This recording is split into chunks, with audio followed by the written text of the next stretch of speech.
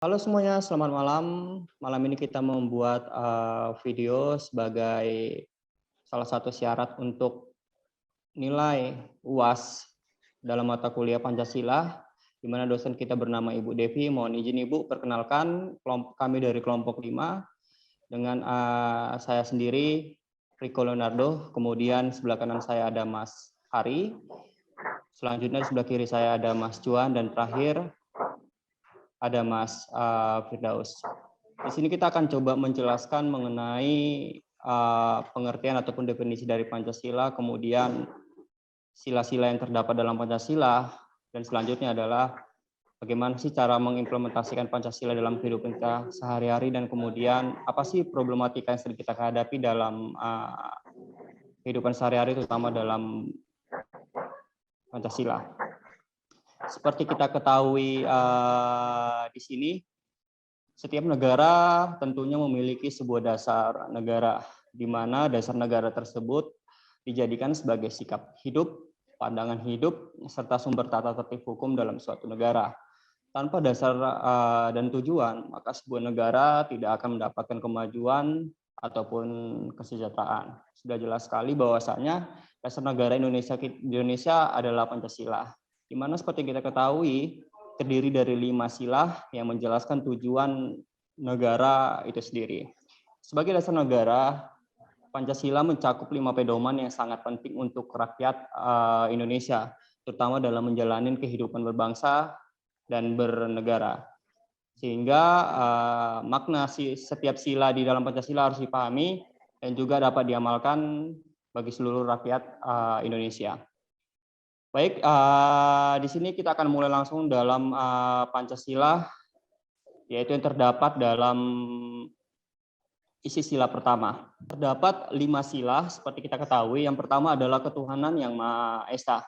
Di sini kita coba akan sharing-sharing sedikit mengenai sila pertama. Kita boleh bertanya nih kepada Mas Cuan. Menurut Ya, Mas boleh. Cuan pribadi, apa sih pengertian dari sila pertama? Bisa Oke, dibantu sharingnya Mas Cuan? siap. Terima kasih, Mas Leo. Jadi sila pertama seperti kita tahu adalah ketuhanan yang Maha Esa. Nah, sila pertama ini merupakan sila yang menjadi pedoman pertama di Pancasila ya. Maknanya apa? Bahwa seluruh rakyat Indonesia percaya dan takwa kepada Tuhan Yang Maha Esa, dan setiap warga negara berhak atas kebebasannya memilih kepercayaannya dan menjalankan sesuai dengan agamanya masing-masing tentunya. Dan makanya kita harus menghormati antarumat beragama di Indonesia. Itu, Bang Leo. Oke, luar biasa ya definisinya. Menarik sekali ini penjelasan dari Mas Cuan. Sekarang kita masuk mengenai implementasi dari sila pertama itu sendiri. Bisa dibantu Mas Hari? Bagaimana sih pandangan Mas Hari terutama dalam kehidupan sehari-hari mengenai implementasi sila pertama, yaitu ketuhanan yang Maha Esa? Mungkin dibantu bisa share sedikit ke teman-teman yang nonton video ini. Baik, sebelumnya terima kasih Kak Leo.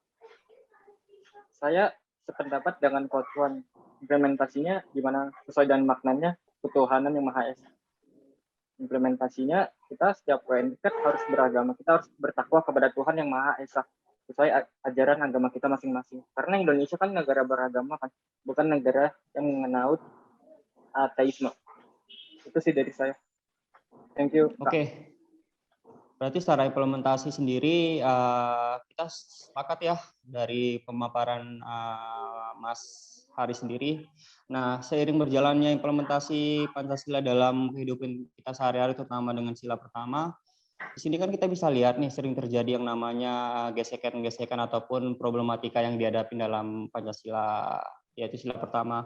Mungkin dari Mas Firdaus bisa bantu sharing sedikit nih, problematika apa sih yang sering kita hadapi dalam ketuhanan yang Maha Esa? Mungkin bisa di-share ke teman-teman. Ya, Mas Leo. Jadi seperti yang sudah dijelaskan bahwa sila pertama adalah ketuhanan yang Maha Esa. Artinya adalah bahwa negara Indonesia mengakui adanya ketuhanan yang Maha Esa dan menjamin seluruh warga negaranya untuk memeluk agama sesuai dengan keyakinannya masing-masing. Jadi yang positif adalah yang terkait adalah yang pasti adalah kerukunan. Kita harus menjaga kerukunan hidup antar umat beragama. Seperti yang sudah kita ketahui bahwa negara Indonesia itu memiliki 5 agama yang berbeda-beda. Ada agama Islam, Kristen, kemudian ada Konghucu, kemudian Buddha dan Hindu. Nah, 5 agama inilah yang harus memang masing-masing menjaga kerukunan antar umat beragama. Seperti itu. Oke, luar biasa ya pemaparan dari problematika mengenai sila pertama. Jadi di sini saya bisa simpulkan bahwasanya mengenai sila pertama ketuhanan yang Maha Esa, kita sebagai rakyat Indonesia sudah seharusnya mampu menjaga dan meningkatkan kerukunan antara umat beragama. Karena kita adalah orang yang beriman kepada Tuhan Yang Maha Esa. Karena agama merupakan kepercayaan kita terhadap Tuhan yang merupakan masalah yang mempengaruhi hubungan manusia dengan Tuhan Yang Maha Esa. Jadi sudah semestinya kita sebagai rakyat Indonesia harus saling menghormati kebebasan beragama sesuai dengan agama dan kepercayaannya masing-masing.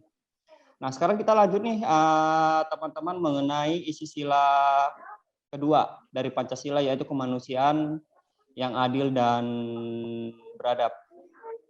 Kita boleh minta sharing nih kepada Mas Firdaus. Kira-kira menurut pandangan Mas Firdaus mengenai sila kedua ini bisa dibagi ataupun di-share nih, apa sih maknanya ataupun maksud dari sila kedua ini? Ya, baik Silakan Mas Firdaus. Mas Leo. Ya, baik Mas Leo, terima kasih bahwa sila kedua ini tergantung artinya dalam arti kemanusiaan yang adil dan beradab. Artinya apa sih?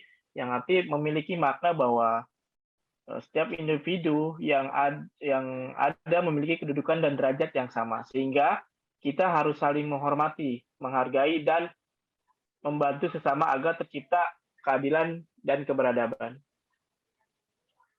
Seperti itu. Oke, baik. Terima kasih Mas Firdaus. Sekarang kita masuk ke Mas Juan nih. Kira-kira dari pemaparan dari Mas Firdaus jelas sekali ya definisi dari sila yang kedua ini. Ya. Menurut pandangan Mas Juan nih, bisa di-sharing sedikit ke teman-teman yang nonton video ini, apa sih implementasi dari sila kedua ini yang kita bisa terapkan dalam kehidupan sehari-hari? Mohon dibantu. Siap. Mas Leo, tadi Mas Firdaus sudah menjelaskan, dan itu sangat benar sekali secara definisi.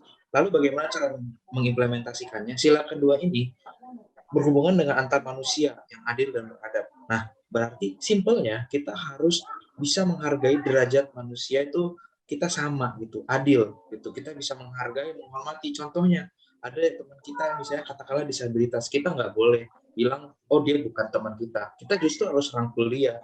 Disinilah semua manusia memiliki haknya sama-sama. Atau, oh dia disabilitas, dia nggak boleh antri di tempat ini. Nggak bisa, semua sama gitu. Jadi semua jenisnya sama gitu. Dan disinilah fungsi kemanusiaan dalam sila Pancasila berlaku gitu. Oke, cukup jelas sekali ya Mas Juan ya. Terima kasih nih buat penjelasan mengenai implementasinya sendiri. Di balik implementasi Pancasila yang sering kita hadapi dalam kehidupan sehari-hari ya, teman-teman mungkin sepakat ya. Nah, kita mau coba bertanya lagi nih kepada Mas Hari, mungkin bisa di-share nih. Di balik implementasi kan pastinya ada problematika nih yang dihadapi dalam sila kedua. Mungkin bisa dibantu sharing sedikit Mas Hari. Menurut Mas Hari pribadi sendiri, problematika apa sih yang sering kita hadapi mengenai sila kedua ini? Yang mungkin bisa di-share ke teman-teman yang nonton. Baik, Kak. Thank you, Kak Leo. Seperti tadi yang dipaparkan oleh Coach Juan, keadilan kemanusiaan yang adil dan beradab itu berarti kan kita semua hak dan kewajibannya sama kan. Misalnya ada orang yang disabilitas, kita tidak boleh diskriminasi dia. Dan untuk problematikanya sendiri di Indonesia yang rentang terjadi perpecahan atas perbedaan yang ada kan. Kan Indonesia kan banyak suku, ras, agama yang berbeda-beda, itu rentang menjadi masalah. Sekian dari saya. Oke, baik, luar biasa ya pemaparan dari sila kedua ini.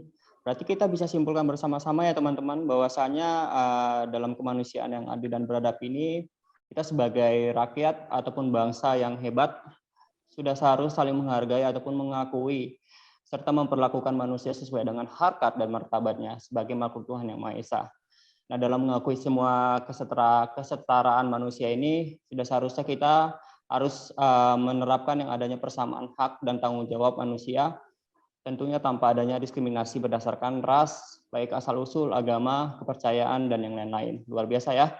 Nah, selanjutnya kita akan masuk ke Pancasila, sila ketiga, mengenai persatuan Indonesia. Saya mau coba bertanya kembali nih kepada Mas Hari. Menurut pandangan Mas Hari sendiri mengenai persatuan Indonesia ini kan harus dijaga tentunya untuk memegang erat satu sama lain. Nah, kira-kira definisi Mas Haris secara pribadi apa sih maksud dari Persatuan Indonesia? Mungkin bisa dibantu share. Terima kasih Kaleo. Menurut saya sila ketiga ini agak mirip dengan sila kedua ya. Dimana Ya. kalau kita bersatu kan kita harus otomatis mengikuti sila kedua kan. Kita menghargai toleransi perbedaan yang ada. Itu maknanya adalah Persatuan Indonesia. Sesuai dengan semboyan bangsa Indonesia kan Bhinneka Tunggal Ika. Di mana yang berbeda-beda tetap satu juga. Itu sih dari saya.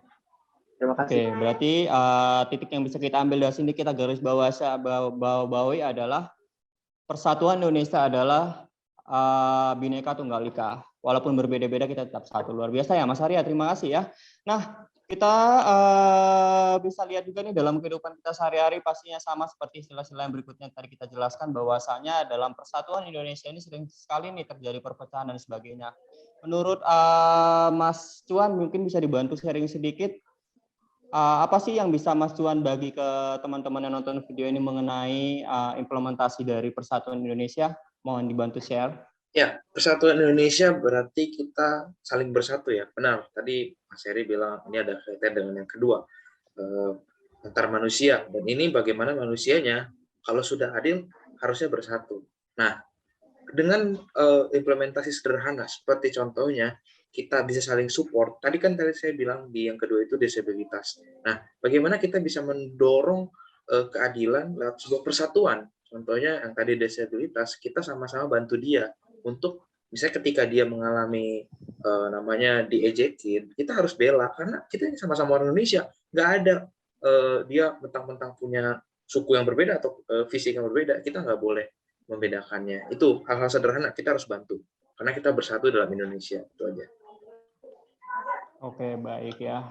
Memang benar sekali, tepat sekali penjelasan dari Mas Cuan bahwasanya kita harus tetap bersatu dalam satu kesatuan ya, jangan sampai terjadinya pecah belah antar masyarakat hanya karena kepentingan pribadi dan sebagainya.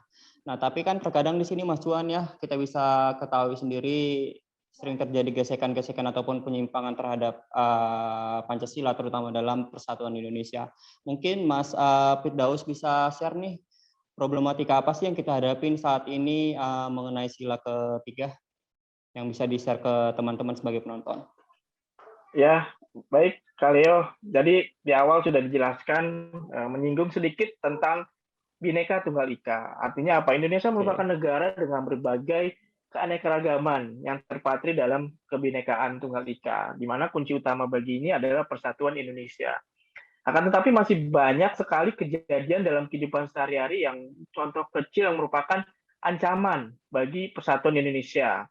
Salah satunya adalah peristiwa yang terjadi dalam lingkungan masyarakat adalah terdapat aliran lingkungan yang beragama yang anti terhadap hormat terhadap bendera merah putih. Nah, ini bukan tanpa alasan mereka seperti itu karena boleh dibilang merupakan dalam aliran agamanya. Hal itu yang terletak pada kepribadian orang yang ada dalam aliran itu yang menyelewengkan atau mengancam kedaulatan kebutuhan NKRI. Jadi maksud dari itu adalah menghormati jasa para pahlawan bangsa yang telah berjuang sampai titik darah penghabisan demi kemerdekaan NKRI. Dengan kondisi seperti ini artinya kita harus sama-sama paham bahwa persatuan dan kesatuan Indonesia itu memang harus sudah kita tanam dari kecil bahwa dengan sifat dan makna seperti itu kita harus benar-benar mempunyai nilai-nilai yang terpatri dalam diri kita bahwa walaupun kita berbeda-beda, walaupun kita memiliki keberagaman, tapi kita satu dalam satu kesatuan Indonesia yang sekarang disebut Negara Kesatuan Republik Indonesia.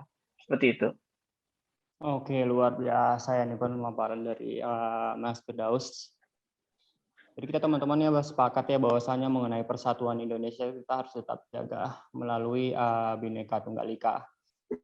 Dimana kalau misalnya saya simpulkan mengenai persatuan Indonesia itu sendiri, yang paling penting adalah persatuan Indonesia merupakan satu kesatuan dan kepentingan serta keamanan negara kita ya, baik secara nasional yang mungkin kita dapat posisikan sebagai kepentingan bersama daripada kepentingan individu dan kelompok. Karena takutnya apabila misalnya persatuan kita ini dipecah, itu akan membentuk pro dan kontra terhadap masyarakat ya. Jadi kita di sini mungkin bisa lebih berperan aktif ataupun bisa lebih bersedia siap berkorban ya, tentunya untuk kepentingan negara, bangsa dan negara. Dan ini sangat penting sekali seperti Mas Firdaus tadi katakan, kita harus tetap menumbuhkan rasa kebanggaan nih terhadap bangsa kita nih, supaya tetap bisa mengikat terutama dalam pembangunan persatuan Indonesia berdasarkan Bhinneka Tunggal Ika. Oke teman-teman, sekarang kita masuk ke Pancasila sila keempat nih, mengenai kerakyatan dipimpin oleh hikmat kebijaksanaan dalam permusyawaratan perwakilan. Nah, di sini teman-teman mungkin bisa dibantu share sedikit nih mengenai definisi dari sila keempat ini. Mungkin bisa dibantu dari Mas Cuan sendiri. Menurut pandangan Mas Cuan sendiri secara pribadi nih, apa sih makna sila keempat ini bagi bangsa kita? Oke, sila keempat, kerakyatan dipimpin oleh hikmat dan kebijaksanaan dalam pengusahaan perwakilan. Ini maknanya adalah warga negara harus mengutamakan musyawarah dan mufakat ya, untuk mengambil keputusan bersama setelah tidak boleh memaksakan kehendak orang lain karena setiap warga negara berhak untuk mengeluarkan pendapatnya masing-masing.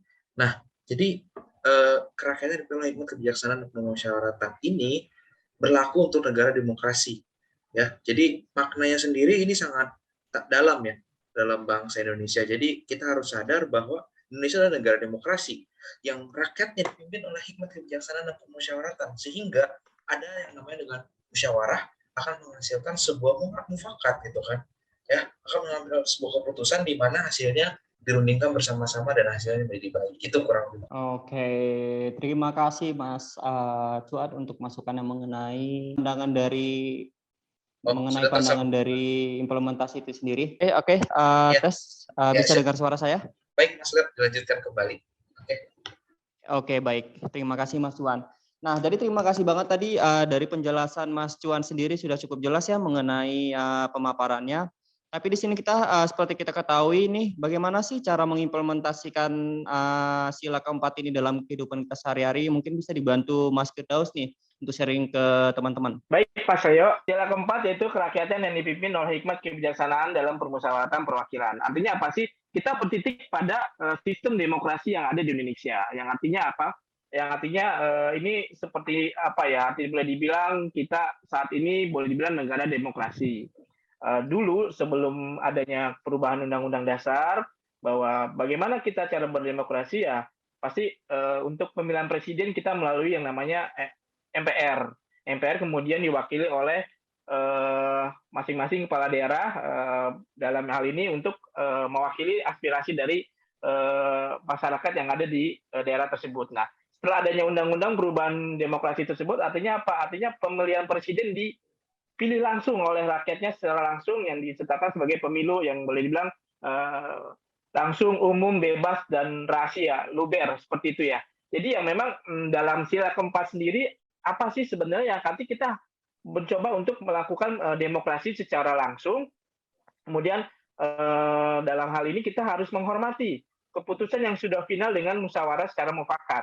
Ya, itu yang dititikberatkan dalam sila keempat yang artinya adalah menitikberatkan dalam proses demokrasi yang ada di Indonesia. Seperti itu. Oke, baik, Mas Leo. Terima kasih Mas Firdaus. Emang sih mengenai sila keempat ini sangat-sangat berpengaruh banget ya dalam kerakyatan negara kita ya.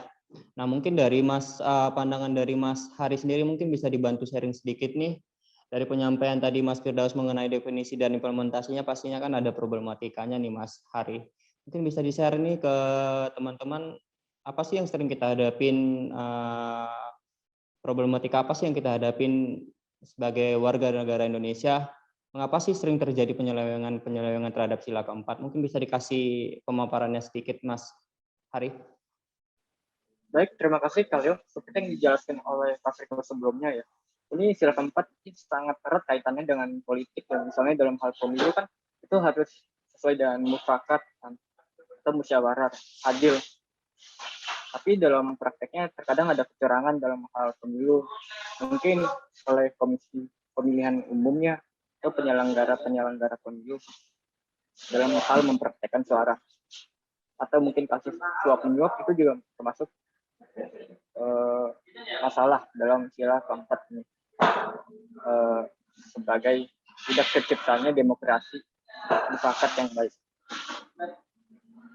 Oke, baik. Terima kasih Mas Arya. Berarti emang kita sebagai masyarakat Indonesia tentunya ya harus tetap menghargai keputusan, terutama negara kita kan adalah negara demokrasi ya. Memang udah pada dasarnya ya teman-teman ya, sebagai warga negara, semua orang rakyat Indonesia memiliki kedudukan dan hak serta kewajiban yang sama ya. Tentunya kita dalam hal ini kita tidak bisa memaksakan nih kehendak kita kepada ataupun terhadap orang lain. Tentunya dalam memprioritaskan pertimbangan ketika membuat suatu keputusan ataupun keuntungan yang lebih besar. Karena memang pada dasarnya pada saat kita berbicara mengenai demokrasi ya, apapun yang terjadi, demokrasi yang terjadi di Indonesia, seharusnya kita sebagai rakyat Indonesia harus tetap menghormati dan mendukung ya keputusan apapun yang dibuat ataupun hasil dari musyawarah demi kepentingan dan persatuan negara kita seperti itu. Nah, selanjutnya kita akan bahas mengenai sila kelima nih teman-teman, mengenai keadilan sosial bagi seluruh rakyat Indonesia. Menurut teman-teman nih, saya mau coba bertanya lagi ke Mas Cuan nih. Apa sih pandangan Mas Cuan secara pribadi mengenai definisi dari keadilan sosial bagi seluruh rakyat Indonesia ini? Mungkin bisa dibantu share ke teman-teman sekalian. Oke, keadilan sosial bagi seluruh rakyat Indonesia. Ini erat kaitannya dengan sila-sila sebelumnya, terutama sila kedua, sila ketiga, dan ini bermakna bahwa setiap warga negara memiliki hak dan kewajiban yang sama ya. Jadi kita harus menciptakan suasana keluargaan dan gotong royong. Ini bersangkut paut juga dengan sila yang kedua dan ketiga. Tapi di sini lebih ditekankan lagi bahwa keadilan sosial bagi seluruh ya. Jadi kan kalau tadi saya bilangnya disabilitas doang. Sekarang semua elemen masyarakat, mau dari elemen yang terendah atau yang terbesar atau dari ras yang mana. Jadi sehingga keadilan itu merata, maka akan terciptanya persatuan, kemanusiaannya pun akan adil dan beradab. Pada akhirnya semua akan saling bersinkronasi satu dengan yang lain. Sila kelima ini ditaruh terakhir lebih kepada penekanan bagaimana sosialitas kita terhadap sesama rakyat Indonesia itu adil untuk semuanya gitu. Itu aja sih dari saya. Oke, baik Mas Cuan ya, luar biasa ya pemaparannya. Kita sepakat ya mengenai definisi dari keadilan sosial bagi seluruh rakyat Indonesia ya, sesuai dengan pemaparan dari Mas Cuan. Nah, sama mungkin pertanyaannya seperti yang tadi ya, kita coba bertanya nih kepada Mas Hari ya. Kira-kira Mas Hari implementasinya sendiri mengenai keadilan sosial bagi seluruh rakyat Indonesia, apa sih yang bisa kita terapkan dalam kehidupan sehari-hari? Mungkin bisa dibantu sharing ke teman-teman. Ya, dipersilakan Mas. Oke, menyambungkan sesuai dengan Coach Cuan tadi ya. Ini sila kelima ini keadilan sosial bagi seluruh rakyat Indonesia erat kaitannya dengan hubungan sosial. Kalau saya implementasinya adalah misalnya dalam hal pemerintah ya, dalam menerapkan peraturan harus mendengarkan suara rakyat. Atau misalnya rakyat juga dalam hal menyampaikan suara itu juga tidak boleh terlalu semena-mena dan pemerintah juga harus menghargai itu kalau menurut saya. Terima kasih. Oke, terima kasih Mas Hari untuk pemaparannya ya. Terima kasih untuk pemaparan mengenai implementasinya. Mungkin di balik implementasi ini kan sama seperti yang tadinya ya, mengenai keadilan sosial bagi seluruh rakyat Indonesia itu sendiri, pastinya ada problematika yang sering kita hadapi, terutama